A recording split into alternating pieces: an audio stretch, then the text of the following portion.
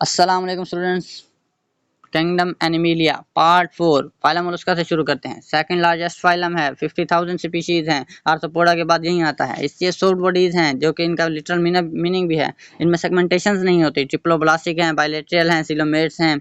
उसके बाद एक्वेटिक और टेरेस्ट्रियल दोनों में पाए जाते हैं। इनमें जो हमारे पास मेंटल क्या है, मेंटल इन बहुत ज़्यादा इंपॉर्टेंट करेक्टरिस्टिक है।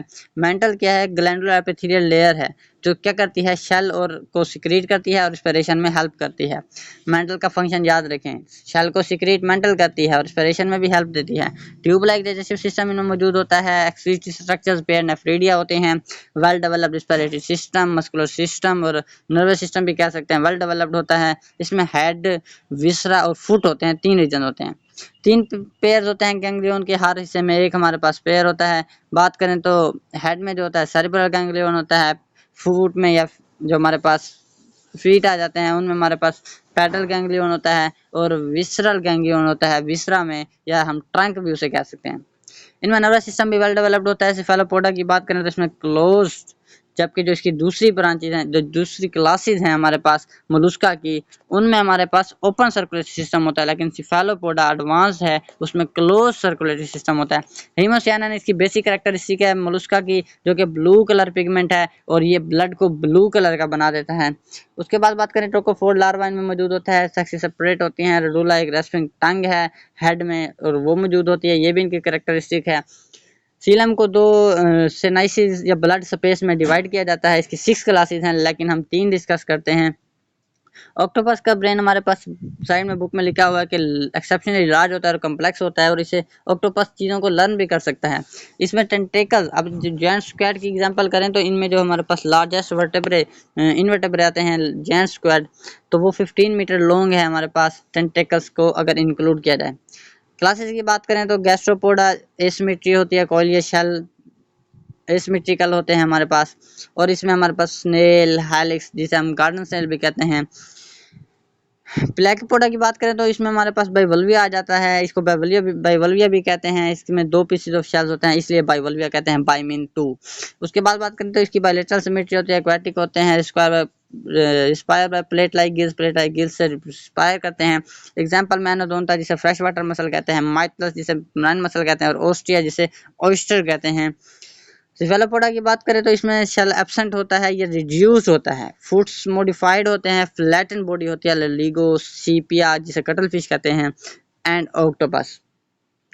उसके बाद इंपॉर्टेंस, इनकी इंपॉर्टेंस क्या होती है, शेल्स को हम बटन इंडस्ट्रीज में यूज़ करते हैं। फाइनली ग्रेन शेल्स को रोड्स में, जैसे कि अमेरिका में इनको इस्तेमाल किया जाता है। ओस्टर डिलीशियस भी होता है और उनमें पर्ल भी हो सकता है, मोती भी पाया जा सकता है ओस्टर्स में। स्नेल की बात करें तो स्नेल स्टेम्स, रूट्स और लीव्स को नुकसान पहुंचाता है। शिपवर्म जिसे टिरोडो कहते हैं, वो क्या करता है, वुड को ईट करता है, तो वो भी हमें क्या करता है, नुकसान पहुंचाता है। फाइलम कोडेटा की बात करें तो हमारे पास एक बहुत बड़ा फाइलम है हेमिकोडेटा और इकाइनोडर्मेटा। मैंने आपके साथ डिस्कस नहीं किया, छोटा सा फाइलम है, प्लीज उसे आप रीड आउट कर लीजिएगा बुक से। कोडेटा की बात करें तो इसमें नोटोकॉर्ड होता है जो कि कार्टिलेज का बना होता है, कार्टिलेज रोड होता है। सेमी रिजिड होता है, फुल रिजिड नहीं होता। बॉडी किसमें किसका बना होता है, वैक्यूलेटेड सेल्स की बॉडी का बना होता है और इसमें प्रोटीनेशियस मटेरियल होता है। ये था हमारे पास नोटोकॉर्ड की डेफिनेशन। और हमारे पास इसमें नर्व कोड होता है। नर्व कोड अगर एंटीरियरली डायलेट होगा तो ब्रेन बनेगा, पोस्टीरियरली डायलेट होगा तो स्पाइनल कोड बनेगा। गिल पाउचेस की बात करें तो हमारे पास ह्यूमन में यूस्टेशन ट्यूब्स में डेवलप हो जाते हैं गिल पाउचेस। तमाम कोडेटा की ये जो बेसिक फीचर्स मैं आपको बता रहा हूँ ना, ये जो कंटेन वाले लिखे हैं, ये बेसिक फीचर्स हैं। ये बेसिक फीचर्स हैं जो हर तमाम कोडेटा में पाए जाते हैं। अब जो ह्यूमन है उसमें गिल पाउचेस तो नहीं होती, तो वो यूस्टेशन ट्यूब्स में डेवलप हो जाती हैं। अब यूस्टेशन ट्यूब हमारे पास एयर प्रेशर को इक्वलाइज करता है और तमाम जो कोडेटा है उनमें पोस्ट एनल टेल पाई जाती है। उसके बाद बात करें तो ये एकरेनेटिया भी हो सकते हैं, करनेटिया भी हो सकते हैं।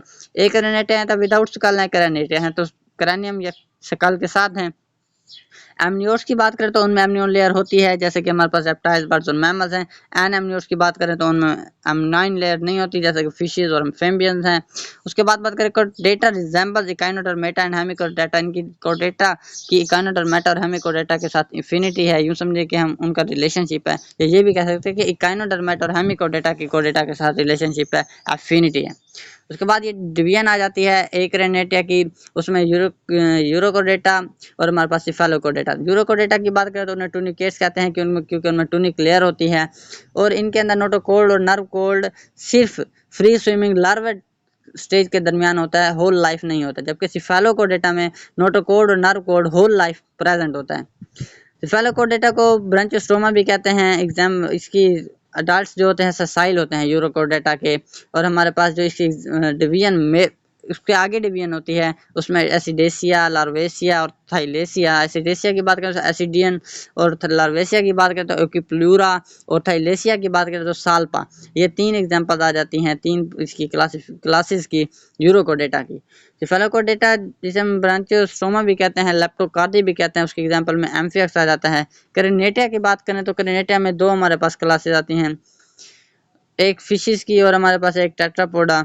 सब क्लासेस फिशिस की बात करें तो साइक्लोस्टोमा और जिसे हम जारस फिशिस भी कहते हैं और एक्नेथा भी कहते हैं।